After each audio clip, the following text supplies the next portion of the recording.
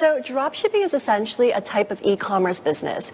So as the dropshipper or as the seller, you are the middleman between the supplier and the buyer. So how this usually looks is you would start some sort of online store through a site like Amazon, Shopify, or AliExpress.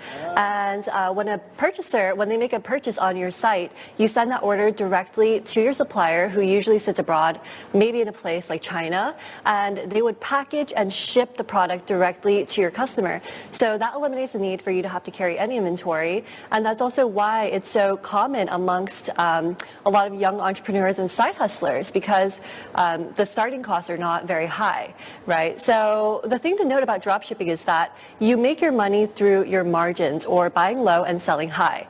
So as you can imagine, the current tariffs on Chinese goods entering the U.S. has taken a big hit on dropshipping businesses. Yeah, interesting stuff. So just to be clear, right, the whole dropshipping model, how these virtual guys make money, right, is simply, it's the markup they charge on the wholesaler, whoever supplies the product, right? Yes, exactly.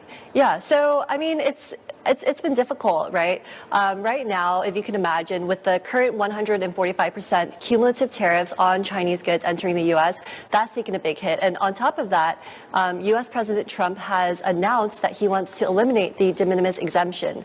So historically, this exemption has benefited dropshippers as well as other low-cost Chinese retailers, as you mentioned, like Temu and Shein.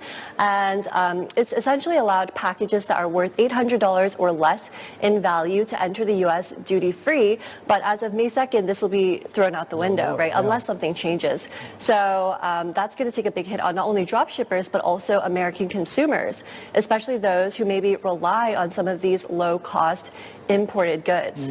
Sure.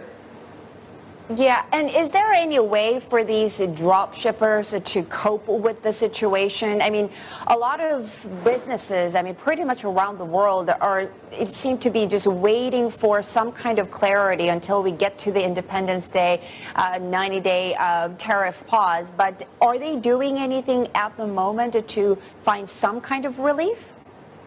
Absolutely, Sherry. So what I've been seeing is that people are in one of two camps, right? People are either waiting and seeing. They're waiting because, of course, things are changing, it seems, every week with these announcements, right? But I also see some of these drop shippers racing into new markets. So they're pivoting their business. You know, they're starting to sell in places like Europe or Australia.